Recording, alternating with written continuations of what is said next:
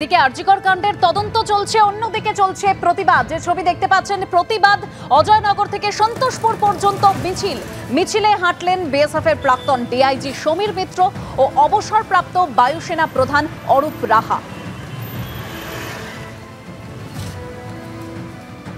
আমরা চাই না যে সুজলা সুফলা শস্য শ্যামলা বাংলা সে এইভাবে কলঙ্কিত হোক। আমরা চাই না যে আমাদের ঘরের মা বোনেরা বাইরে বেরোতে পারবে না, বেরোলে তাদের মধ্যে একটা হতাশা এবং আতঙ্ক থাকবে না। যে এই রকম নারকীয় হত্যা ভবিষ্যতে যেন কোনো কারোর ওপরে না হয়, কোনো বোন কিংবা বধূ কিংবা কোনো শিশুর উপরে এই নির্যাতন যাতে না হয়।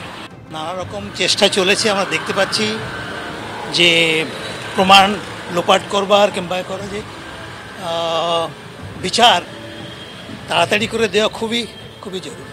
পশ্চিমবঙ্গে আমি দেখছি একটু বেশি রকমের প্রবলেম, প্রচণ্ড দুর্নীতি, দুটো পরিষেবায় খুব খারাপভাবে নিম্নগতি।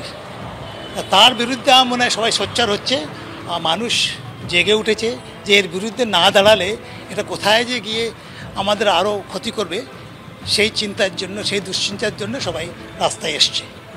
নাগরিক সমাজ যেরকম করছে, সমাজের বিশিষ্ট স্তরের মানুষরা তারাও কিন্তু সেই প্রতিবাদে সামিল হয়েছেন। এই মুহূর্তে যে ছবি রেখেছে আপনাদের সামনে, অজয়নগর থেকে সন্তোষপুর পর্যন্ত মিছিল, যে মিছিলে পা মিলিয়েছেন সমীর মিত্র, অরূপ রাহা।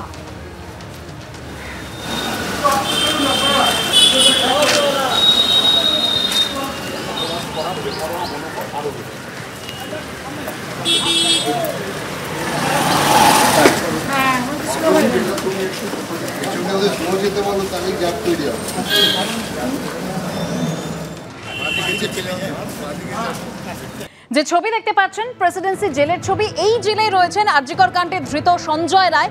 আর এবার প্রেসিডেন্সি জেলে আরজিকর কাণ্ডে ধৃত সঞ্জয় রায়ের পলিগ্রাফ টেস্ট করা হলো। সঞ্জয় ঘনিষ্ঠ আরও এক সিভিক ভলান্টিয়ার আরজিকর মেডিকেলের প্রাক্তন অধ্যক্ষ সন্দীপ ঘোষের টেস্টের প্রক্রিয়া শুরু হয়েছে। 4 জন জুনিয়র চিকিৎসক সহ মোট 7 জনের পলিগ্রাফ টেস্টের প্রক্রিয়া শুরু কেন্দ্রীয় তদন্তকারী সংস্থার। 3:30 নাগাদ প্রেসিডেন্সি জেল থেকে এই মুহূর্তে আমরা দেখছি যে বেরিয়ে যাচ্ছে সিবিআই এর টিম।